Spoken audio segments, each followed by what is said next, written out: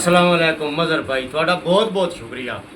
ठीक है ए तितर साढ़े कोल पहुंचा बच्चा मोए होया हाली दी पैकिंग को नहीं खोली 1000 रुपया गड्डी वाले ने दिता। गड्डी वाला कहता जी मैं उन्होंने पहले गल की भाई बच्चा जींदा पड़िया या मोया पड़िया उन्हों का ਤੁਹਾਡੇ ਬੰਦੇ ਨੇ ਨਾਨ ਏਸੀ ਗੱਡੀ ਦੇ ਵਿੱਚ ਬੱਚਾ ਰਖਵਾਇਆ ਤਿੱਤਰ ਦਾ 10000 ਰੁਪਇਆ ਸੀ ਦਿੱਤਾ ਹੋਇਆ ਹਰਾਮ ਦਾ ਨਹੀਂ ਹਲਾਲ ਦਾ। ਤੇ ਮਜ਼ਰ ਭਾਈ ਪੈਸੇ ਮੈਂ ਲੈਣੇ ਨੇ ਮੈਂ 10ਵੀਂ ਮੁਹਰਮ ਤਾਈਂ ਮਸਰੂਫ ਹਾਂ। ਤੁਸੀਂ ਕਾਰੋਬਾਰ ਕਰਦੇ ਹੋ ਤੁਹਾਡਾ ਹੀ ਬੜਾ ਸਬਬ ਹੋ ਸੀ ਲੇਕਿਨ ਜਿਹੜਾ ਸਬਬ ਸਾਡਾ ਨਾ ਉਹ ਤੁਹਾਡੀ ਸੋਚ ਕੋਈ ਨਹੀਂ। ਤੁਸੀਂ ਅਗਰ ਸਮਝਦੇ ਪਿਓ ਤੁਹਾਡੀ ਲੋਕੇਸ਼ਨ ਸਾਡੇ ਕੋਲ ਕੋਈ ਨਹੀਂ ਤੁਹਾਡਾ ਕੋਈ ਸਾਡੇ ਕੋਲ मतलब पता कोई नहीं ये थोड़ी भुल है 11 मुहर्रम या 12 मुहर्रम असी थोड़े बूहे ते आके तो रखसा भाई ए तितर पाई जान या पैसे ते असी आन जान का खर्चा भी लसा। ये गल मेरी मद्देनजर रख लो क्योंकि मैं खोलदा क्योंकि मैं थोड़े सारे कमेंट्स पढ़े तुसी अगे भी बड़े बंदे नाल फ्रॉड कीता ਉਹਦੇ बावजूद मैं आख्या नहीं सन अपनी जात ते भरोसा ते मदर साहब बड़ी गलत जात तुसी ये कर बैठे हो।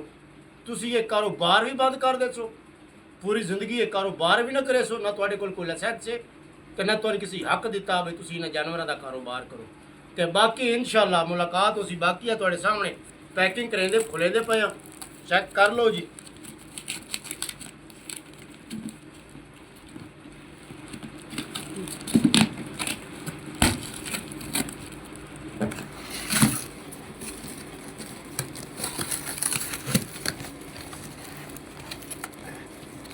लो जी ये बच्चा ते ओ भी मादी नर नहीं मादी गल नर दी होई सी मादी दी नहीं ठीक है। ते तेरी भैन दी सिरी मादी है नर नहीं है गौर नाल चेक कर ले आ रहे हैं असी तेरे को ठीक है। ये मादी है मादी ये नर नहीं है कोई बंदा इनू नर नहीं आख सकता अन्ने बंदे भी पता है मादी है।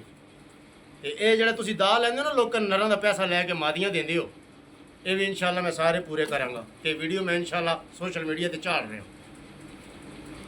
जी मैं इस गल की गारंटी देना उसने आख्या बच्चा मर जाए या जिंदा होवे तुसी उन्होंने दे देना। मैं उन्होंने डरन लग्या बच्चा जिस उन्होंने को लिया उन्होंने मैं पहले गल ये कही थी कि अगर बच्चा मर गया असी कोई जवाबदार ना उन्होंने आख्या ठीक है हुण असीं मरे होए लई वैंदे जींदे मरे होया